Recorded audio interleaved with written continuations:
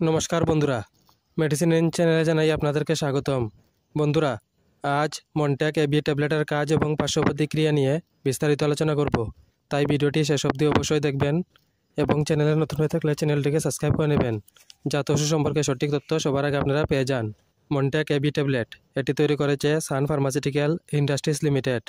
এটি যে উপাদান দিয়ে তৈরি করা হয়েছে তা হলো এসিব্রোফাইলিন 200 মিলিগ্রাম এবং মন্টিলুকাস্ট 10 মিলিগ্রাম। মনট্যাক এবি ট্যাবলেট শ্বাসকষ্টজনিত রোগের চিকিৎসা করতে দেওয়া হয়, যেমন হাঁপানি রোগ, ক্রনিক অবস্ট্রাকটিভ পালমোনারি রোগ, ব্রঙ্কাইটিস, বুক শক্ত হওয়া এবং ফুসফুসের প্রদাহের মতো রোগের চিকিৎসা এবং প্রতিরোধ করতে ব্যবহৃত হয়। এই ওষুধ সেবন করার নিয়ম হচ্ছে প্রতিদিন রাত্রে একটি ট্যাবলেট খাওয়ার পর খেতে হবে। এই ওষুধ গর্ভবতী মহিলা এবং স্তন্যপান করান মহিলারা সেবন করার আগে অবশ্যই চিকিৎসকের পরামর্শ নেবেন। এই ওষুধ সেবনে সাধারণ কিছু পার্শ্ব প্রতিক্রিয়া দেখাইতে পারে, তা হলো বমির ভাব বা বমি, বুক জ্বলা, পেটে ব্যথা, হ্রাস, মুখ শুকিয়ে যাওয়া এবং অ্যালার্জি।